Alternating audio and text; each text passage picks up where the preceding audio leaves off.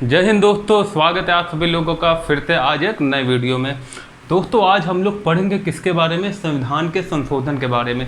कल हम लोगों ने डीपीएसपी के बारे में बहुत अच्छे से पढ़ लिया था। आप लोग उस वीडियो को अच्छे से देखना, जितने भी डीपीएसपी से रिलेटेड अच्छे इंपॉर्टेंट क्वेश्चन होंगे वो आपको सब उसी में मिल जाएंगे। आज हम लोग पढ़ेंगे जो संविधान का बहुत महत्वपूर्ण पार्ट है, वो है संविधान का संशोधन। आप लोग आए दिन देखते होंगे कि कभी ये संविधान संशोधन हो रहा है, कभी कुछ हुआ, कभी कुछ हुआ। आखिर ये जो संविधान संशोधन ये होता कैसे? ठीक, हर देश के संविधान की तरह कोई भी देश का संविधान हो या किसी भी देश के संविधान में ये जो प्रक्रिया है वो रखी जाती है। ऐसा क्यों होता है? क्योंकि जो हमारी जो दिन प्रतिदिन की जो जितनी भी दिनचर्या है जब वो बदलती है, उसी तरह देश में भी कुछ ना कुछ हमेशा बदलता रहता है। अब तो देश में नहीं, इस पूरे जितने भी हमारी पृथ्वी है वहाँ उसकी भौगोलिक अवस्था है ना, हर पॉलिटिकल जितना भी है पॉलिटिकल मुद्दे सब चेंज हुआ करते हैं। अब तो यहाँ नहीं, पूरे ब्रह्मांड में भी कुछ ना कुछ चेंजेस आए रहते हैं। अतः जब हर जगह चेंजेस आ रहा है तो हमारे संविधान में भी चेंजेस आने ज़रूरी है समय के अनुसार, क्योंकि समय के अनुसार जो है वो चीज़ें बदलती हैं। आज हम लोग जानेंगे कि यह संविधान संशोधन जो है वो किस तरह से होता है, आखिर इसकी प्रक्रिया क्या है। लोग जो देखते हैं टीवी में कि आज ये संविधान संशोधन हो गया, आज ये EWS आया है, आज ये SC/ST को लेकर हो गया, ठीक, महिला आरक्षण बिल आया है, किस टाइप के संविधान संशोधन होते हैं, आखिर इनमें जो है करने के लिए कौन कौन से तत्व जरूरी हैं, कहाँ से होता है, कौन इसे नहीं कर सकता है, कौन इसे कर सकता है। आपकी जितनी भी जिज्ञासा है वो आज इस वीडियो के द्वारा शांत हो जाएगी, ठीक, या पूरी हो जाएगी। अब देखिए, ये जो संविधान संशोधन की प्रक्रिया है ये हर देश में किसी न किसी ने अपनाई है, ठीक, हर देश में जितने भी कंट्री हैं सब ने अपनाई है, ठीक। तो लेकिन ये जो संविधान संशोधन की प्रक्रिया होती है, कौन सी? संविधान संशोधन की,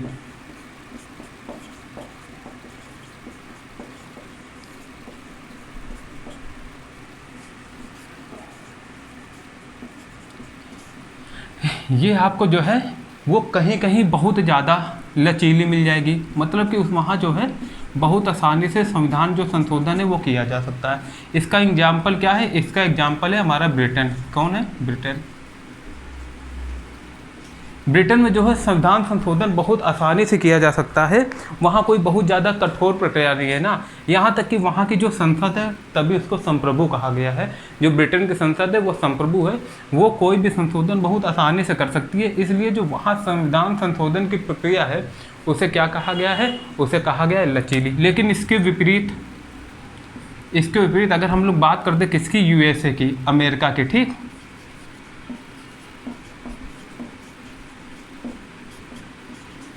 वहाँ जो है वो संविधान संशोधन की जो प्रक्रिया है वो कैसी है? वो काफ़ी कठोर है। कैसी है? काफ़ी कठोर, ठीक, या कह सकते हैं कि अनम्य है, ठीक। इसको क्या कह सकते हैं? नम्य, क्योंकि इसी टाइप के क्वेश्चन आ जाते हैं। लेकिन अब आप लोग की इच्छा जागेगी कि आखिर हमारे देश की, इंडिया की, भारत की कैसी है, ठीक। तो भारत जो है, अच्छा अमेरिका की कठोर क्यों है? अमेरिका की कठोर ये है क्योंकि अगर आपने देखा होगा, हम लोगों ने पढ़ा है क्या? संघ एवं राज्य क्षेत्र, ठीक। और यहाँ तक कि नागरिकता हर जगह हम लोगों ने कहीं ना कहीं ये पढ़ा है। जो अमेरिका जो है वो संघ एवं राज्य क्षेत्र में हमने क्या पढ़ा था? हमने पढ़ा था अमेरिका जो है वहाँ पर जो है वो राज्यों का समूह है। अमेरिका क्या है? अमेरिका है राज्यों का समूह।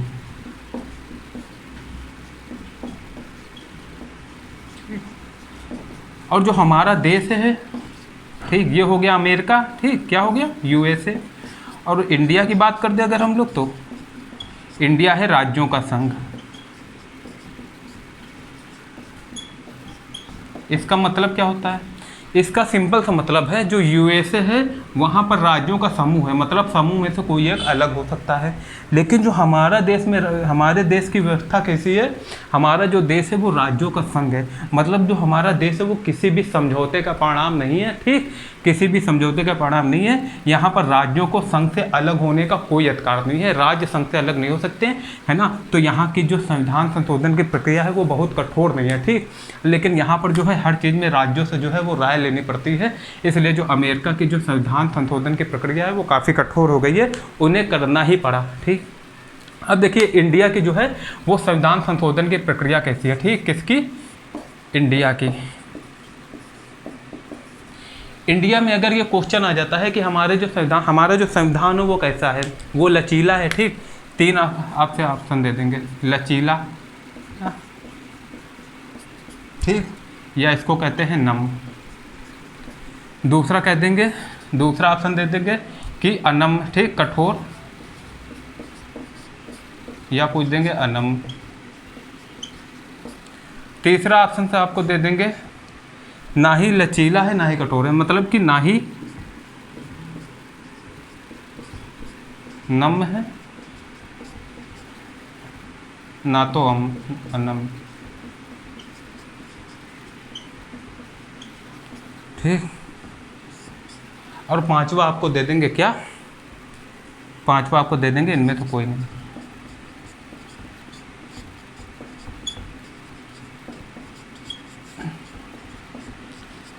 तो भाइयों दोस्तों आप लोग याद रखना कि जो हमारा संविधान है वो ना ही बहुत ज़्यादा नम है ना ही बहुत ज़्यादा नम है, मतलब वो मिला जुला रूप है।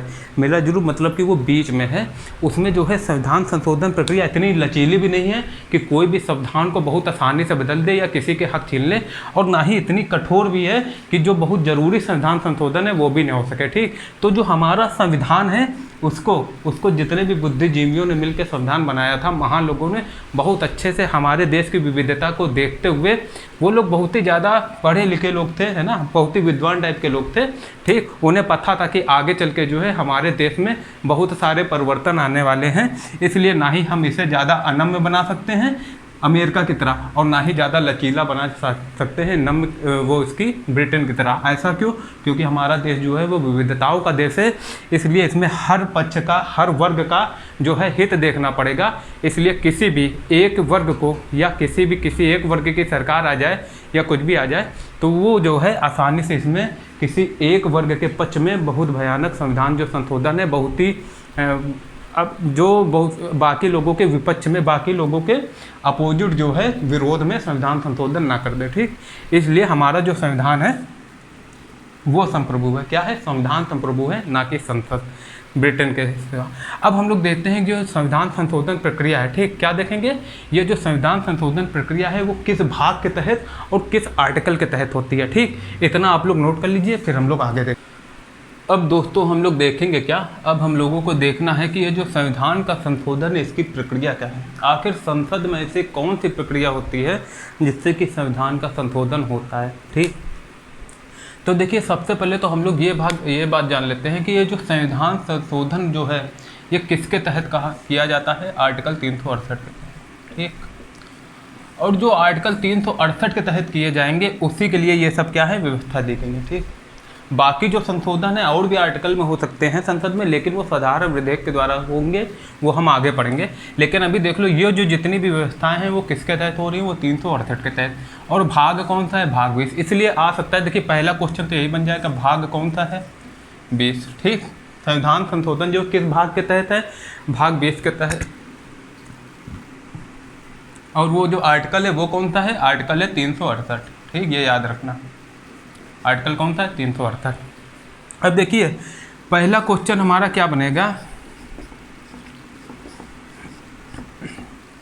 पहला क्वेश्चन हमारा बनेगा कि संसद अधिकृत है ना कि विधानमंडल। मतलब ये जो संविधान संशोधन की प्रक्रिया है, ठीक, ये जो है वो पूरे देश का मामला है, ठीक। तो इसके लिए जो है वो संसद अधिकृत है, ये संसद से ही हो सकती है, ना कि किसी भी विधानमंडल से। इसलिए जो विधानमंडल है वहाँ से नहीं हो सकती है। संविधान संशोधन की प्रक्रिया सिर्फ जो है वो कहाँ से होगी? संसद द्वारा। अभी तो हमने जैसे कहा था कि वहाँ पर बहुत ही कठोर प्रक्रिया है अमेरिका में जो है राज्य भी संविधान संशोधन के लिए अपना वो ला सकते हैं विधेयक, या अपना पक्ष रख सकते हैं, या कह सकते हैं, रिक्वेस्ट कर सकते हैं, ठीक। यहाँ पर जो है ये राज्य विधानमंडल से मतलब ही नहीं है। ये जो है हालांकि जो राज्य है वो कभी राष्ट्रपति से या अपनी वो रख सकते हैं बात, ठीक। लेकिन जो है अधिकृत कौन है? संसद। करेगी कौन? वो संसद ही करेगा। संसद जो है वो अधिकृत है, ना कि विधानमंडल। याद रखना ये क्वेश्चन आ जाएगा, संविधान संशोधन कहाँ से होता है? संसद के द्वारा। अब जो दूसरा है वो किसी मंत्री या गैर सरकारी सदस्य द्वारा पुनः स्थापित, ठीक। इसको जो है किसी भी मंत्री या गैर सरकारी द्वारा पुनः स्थापित किया जा सकता है संसद में या लाया जा सकता है। और जो हमारा तीसरा आंसर है वो बनेगा, तीसरा क्वेश्चन कि राष्ट्रपति, क्या इसके लिए राष्ट्रपति की पूर्व स्वीकृति अनिवार्य है। देखिए एक पॉइंट जो है अभी ही अच्छे से समझ लेना, क्योंकि बाद में अगर जब पेपर होता है ना तो यही चीज़ें बहुत भारी लगने लगती हैं, दिमाग में आते नहीं हैं। इसलिए याद रखना भी से कि जो राष्ट्रपति की जो पूर्व स्वीकृति है ना वो इसके लिए अनिवार्य नहीं है, बिल्कुल नहीं है, ठीक। इसीलिए कट्टम लगा दिया इधर क्रॉस। जो राष्ट्रपति की पूर्व स्वीकृति है वो अनिवार्य जो है वो नहीं है, वो अनिवार्य नहीं है, याद रखना। अब देखो चौथा जो क्वेश्चन होता है वो है ये दोनों सदनों में विशेष बहुमत के द्वारा किया जाएगा। विशेष बहुमत क्या होता है, मतलब कि जो संसद के दोनों सदनों में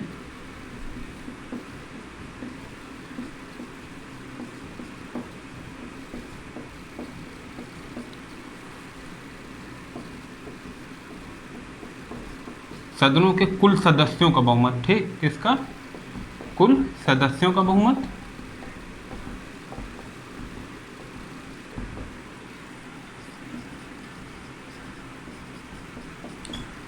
तथा क्या है, संसद के दोनों सदनों के 2/3, कितने, 2/3 उपस्थित, याद रखना ये उपस्थित है, क्या मतलब जो संसद में उस टाइम उपस्थित होंगे, उपस्थित 2/3 लोगों का बहुमत।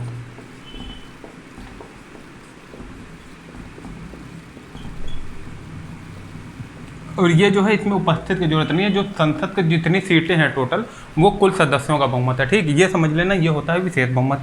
अब इसमें कह रहे हैं कि क्या जो ये संविधान संशोधन वाली प्रक्रिया है, क्या इसमें संयुक्त बैठक जो है ज्वाइंट सिटिंग है उसकी व्यवस्था की गई है।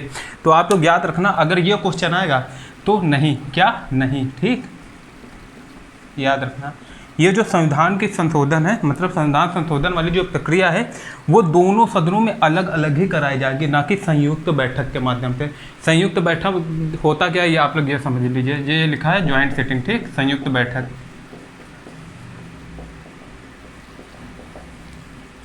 मान लीजिए जैसे कि लोकसभा में 500, मान लीजिए कि लोकसभा में 543 सीटें हैं, ठीक, और हमारा राज्यसभा में 250 हैं। अब इसमें चाहिए क्या, हमको 2/3 बहुमत चाहिए, ठीक। अगर हम लोग बहुमत मान लें, खाली बहुमत मान के चले ना, आपको आसानी होगी।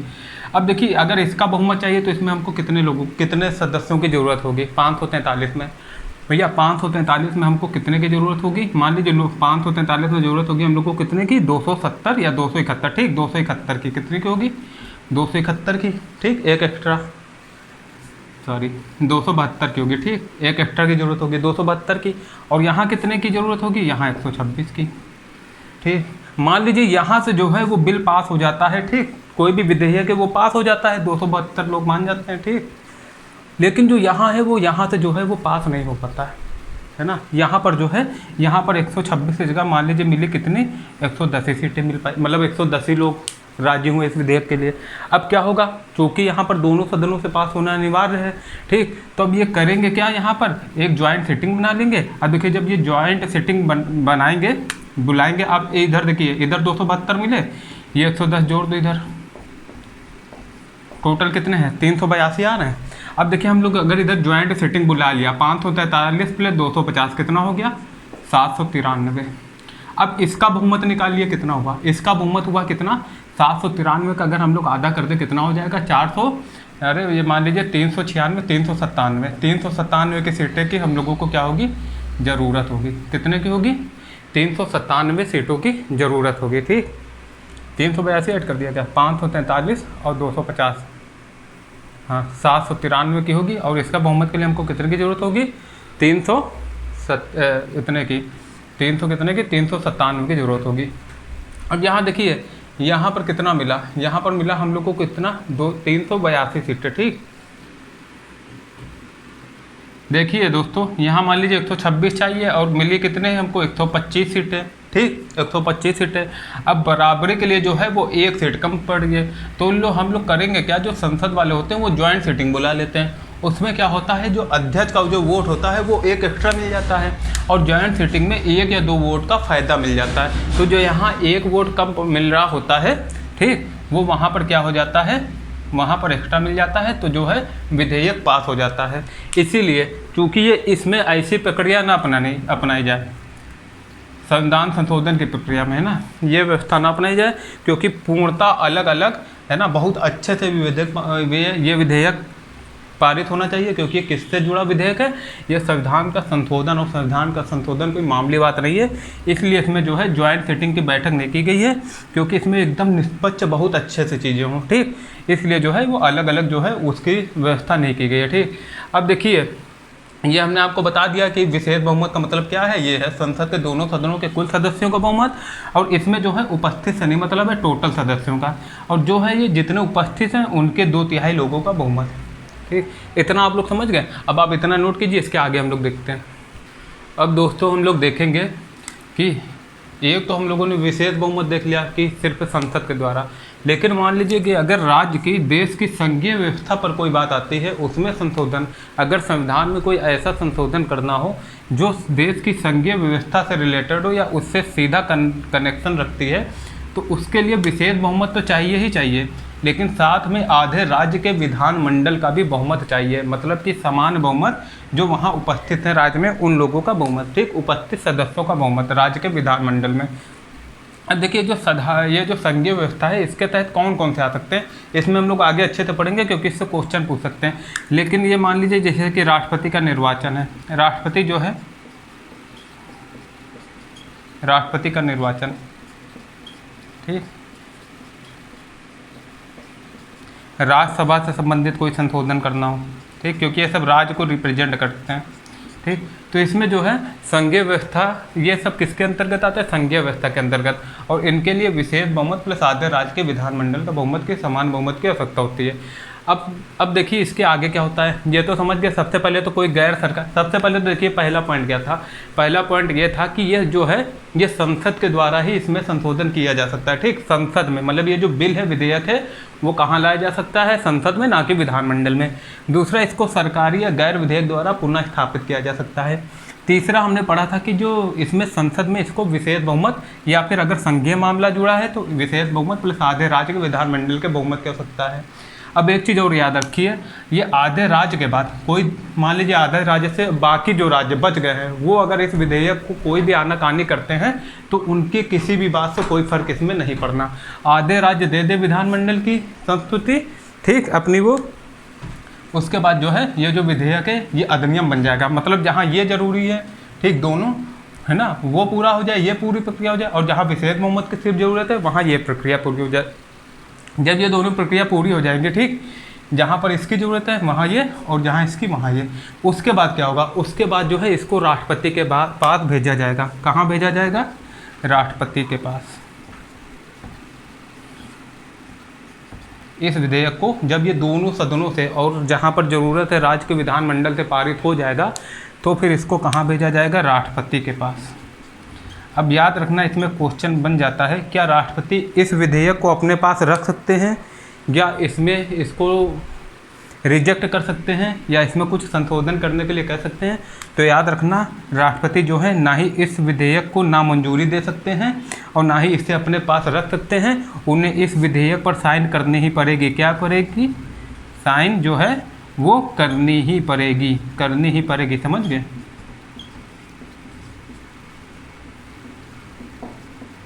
ठीक, ये क्वेश्चन आ जाएगा, करनी ही पड़ेगी, मतलब कि कुल मिला के ये मात्र एक औपचारिकता भर रह जाती है राष्ट्रपति के पास भेजना, क्योंकि राष्ट्रपति का पद आप लोगों को पता ही है ना, नाम मात्र का जो है वो पद है। हालांकि कहीं कहीं राष्ट्रपति का पद बहुत ज़्यादा महत्वपूर्ण हो जाता है, ये हम लोग आगे पढ़ेंगे, ठीक। और देखिए राष्ट्रपति के पास जो है वो साइन करनी ही पड़ेगी, राष्ट्रपति के पास भेजना, और राष्ट्रपति को जो है वो साइन इसमें करनी ही पड़ेगी। इसके बाद जो है ये हमारा जो विधेयक क्या हो जाता है, वो बन जाता है एक संविधान संशोधन अधिनियम। संविधान संशोधन अधिनियम, जिसको हम लोग बहुत बार पढ़ते हैं। ये संविधान संशोधन किस कौन से सन में हुआ, ये किस तहत हुआ, ये किस तहत हुआ, ठीक, ये बन जाता है, ठीक। अब देखिए इसको आप लोग नोट कर लीजिए, ठीक। इसके बाद हम लोग ये पढ़ लेते हैं कि ये जो विशेष बहुमत है, ये कौन कौन से मामले विशेष बहुमत से होते हैं, कौन ये दोनों जिसमें आवश्यकता लिखती है उनमें क्या है, ठीक। और एक लगे हाथ और समझ लीजिए, कुछ जो आर्टिकल हैं उनमें भी संशोधन किया जा सकता है, लेकिन उसमें इसकी किसी की ज़रूरत नहीं होती है, और ना ही वो संविधान के संशोधन, मतलब कि ये 368 के तरह के तहत उनका संविधान संशोधन नहीं होता है। वो जो है इसको अलग हम लोग लिख लेते हैं, वो जो है कैसे, वो साधारण बहुमत के द्वारा विधेयक जो है अधिनियम बना दिए जाते हैं, साधारण विधेयक के द्वारा। ठीक, तो सबसे पहले हम लोग क्या पढ़ेंगे, यही साधारण विधेयक द्वारा जो बनेंगे। ठीक, आप लोग इतना नोट कर लीजिए। ठीक, इसके आगे हम लोग देखते हैं कौन कौन से। दोस्तों अब हम लोग देखेंगे कि आखिर जो ये साधारण विधेयक द्वारा और विशेष बहुमत द्वारा और प्लस विशेष बहुमत और आधे राज्यों के द्वारा कौन कौन से जो संशोधन है वो किए जा सकते हैं। ठीक, सबसे पहले साधारण विधेयक द्वारा संसद में अगर गणपूर्ति जो है, कोरम वाला गणपूर्ति जो है वो जो है साधारण विधेयक द्वारा किया जा सकता है। दूसरा है हमारा संसद सदस्यों के वेतन व भत्ते। भैया बढ़ाओ, किसको खल रहा है, आराम से बढ़ाओ, साधारण विधेयक द्वारा बढ़ाओ, बल्कि बिना विधेयक के बढ़ा दो, भत्ते किसको खलता है। नागरिकता जो है, नागरिकता प्राप्त या समाप्त, ये हम लोगों ने पढ़ा था नागरिकता वाले चैप्टर में। जो नागरिकता है सबसे पहले तो ये कौन सी सूची का विषय है, ये है केंद्र सूची का विषय। किसका है, ये है हमारा केंद्र सूची का विषय, मतलब कि संघ सूची का। ठीक, संघ सूची का विषय, तो ये संसद द्वारा ही होगा। ठीक, और इसकी जो प्राप्ति या समाप्ति है वो भी संसद के ऊपर है, लेकिन किसके, साधारण विधेयक द्वारा। अब हमारा 6th शेड्यूल, जो जितने भी अनुसूचित जाति क्षेत्र हैं, जनजाति, उसके लिए जो है संसद साधारण बहुमत से कोई भी कानून बना सकती है उनकी अच्छाई के लिए या उनके संरक्षण के लिए।